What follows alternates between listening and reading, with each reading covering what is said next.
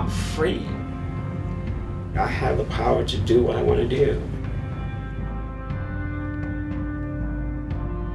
But then it doesn't matter how fast I run, how much I run. Every time I stop, every time I slow down, I look down, I still at what I'm running from. It's still with me. I can't run away from my past. It's who I am. My name is Mohamed Sidibay. I am 10 years old and live in Sierra Leone, West Africa. Sierra Leone is a very small and beautiful country. It has long beaches, tall green mountains, and the people are very nice. But in Sierra Leone, there was a terrible tragedy.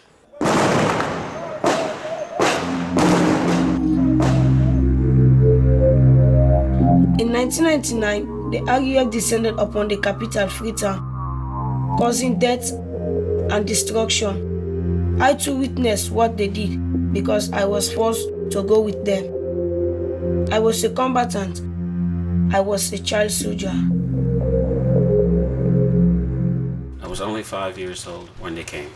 My parents were nowhere in sight, and only when I was forced from their house did I have a sense of the evil before me.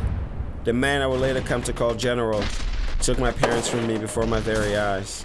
I learned to refill a bullet chamber instead of an ink cartridge. I mastered how to spray walls with lead before I could lather paper and ink. In 2001, a year before the war ended, I escaped to Freetown with the help of an Italian priest. My life soon began to change for the better. I am back in school now, bracing myself through hard work to reach my dreams with all of my friends and the ability to share my story with the world. I am not alone.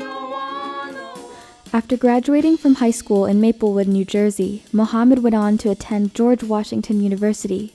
During this time, he spent his summers in California as an intern and youth reporter for the My Hero Project. Growing up as a kid, I didn't really have a hero. To most, it's things like we take that for granted that, most people have heroes and stuff. And growing up as a kid, that's the word hero, didn't really exist in my book. And it wasn't until I started working with the My Hero organization that I actually started to realize that there are heroes out there. When the war ended, my community had a plan for us. That all child soldiers were going to be nothing but gangsters, thieves, and drug addicts. And sadly enough, most former child soldiers ended up in prison or got themselves killed.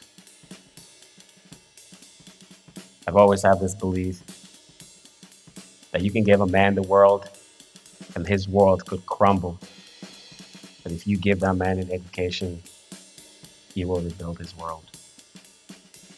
I wanted to use my education as a way to forget about my years of war. But as I get older, I realize that I don't have to forget. I have to learn how to live with my past. That's what I'm doing. And in the hopes, I hope education will help me rebuild my life and help me help others rebuild theirs.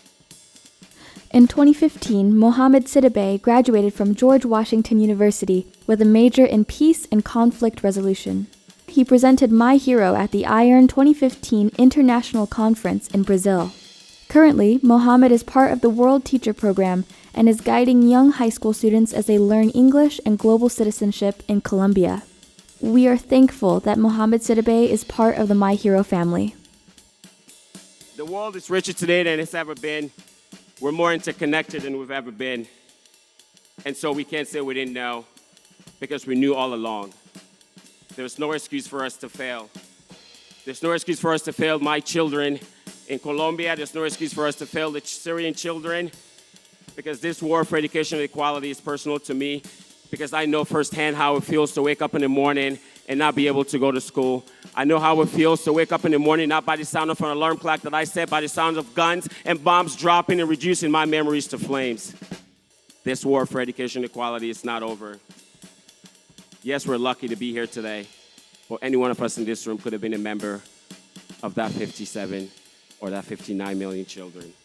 Let's never forget that, because unless we speak up louder, unless we fight harder, unless we hold people accountable, we, the present generation, forget about the future, because if we don't work the present, there'll be no future for us to live in. Thank you very much.